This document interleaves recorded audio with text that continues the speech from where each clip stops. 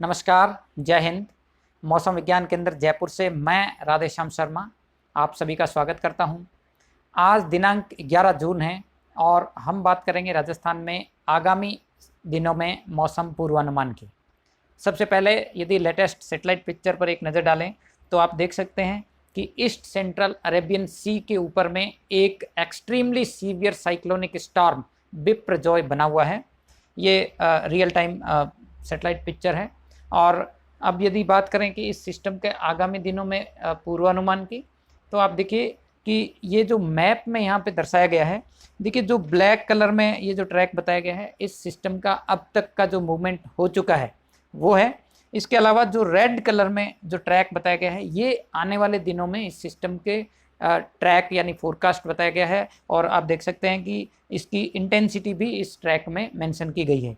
फिलहाल यदि देखें तो आज 11 तारीख को ये एक्सट्रीमली सीवियर साइक्लोनिक स्टॉर्म की कैटेगरी में यहाँ पे ईस्ट सेंट्रल अरेबियन सी में बना हुआ है।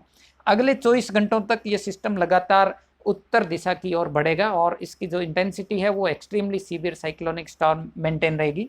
इसके बाद यदि देखें 12 जून को ये system slightly north westward direction में मूव करेगा और एक स्टेप कमजोर होकर वेरी सीवियर साइक्लोनिक स्टॉर्म की कैटेगरी में रहेगा। इस सिस्टम का जो धीरे धीरे मूवमेंट है, आप देखिए कि दिनांक 15 जून को यदि देखें तो ये करीब सौराष्ट्र, कच्छ और जो एडजॉइनिंग पाकिस्तान कोस्ट है यहाँ पर पहुँचेगा as a severe cyclonic storm की कैटेगरी में करीब 15 जून को दोपहर के समय।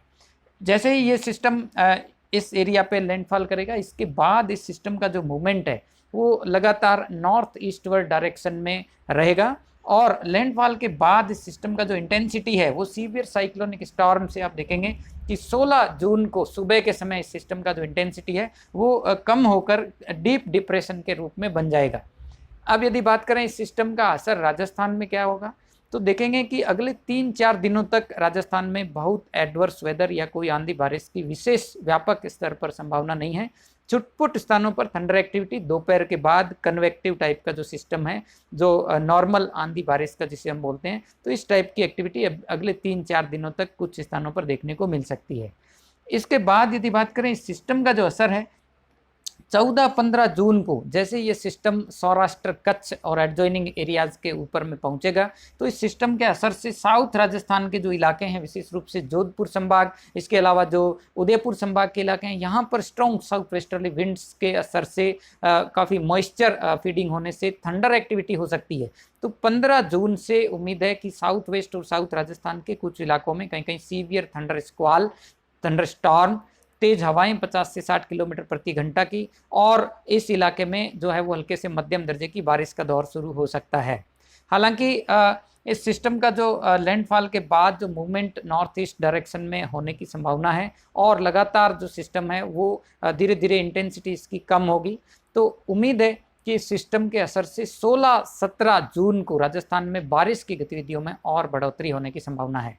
इस सिस्टम का लगातार मौसम विभाग द्वारा नज़र बनाए हुए हैं और समय समय पर इसका अपडेट जो है वो मौसम केंद्र जयपुर मौसम विभाग की वेबसाइट के द्वारा दिया जा रहा है। कृपया करके इस सिस्टम पर लेटेस्ट अपडेट से जुड़े रहें। धन्यवाद।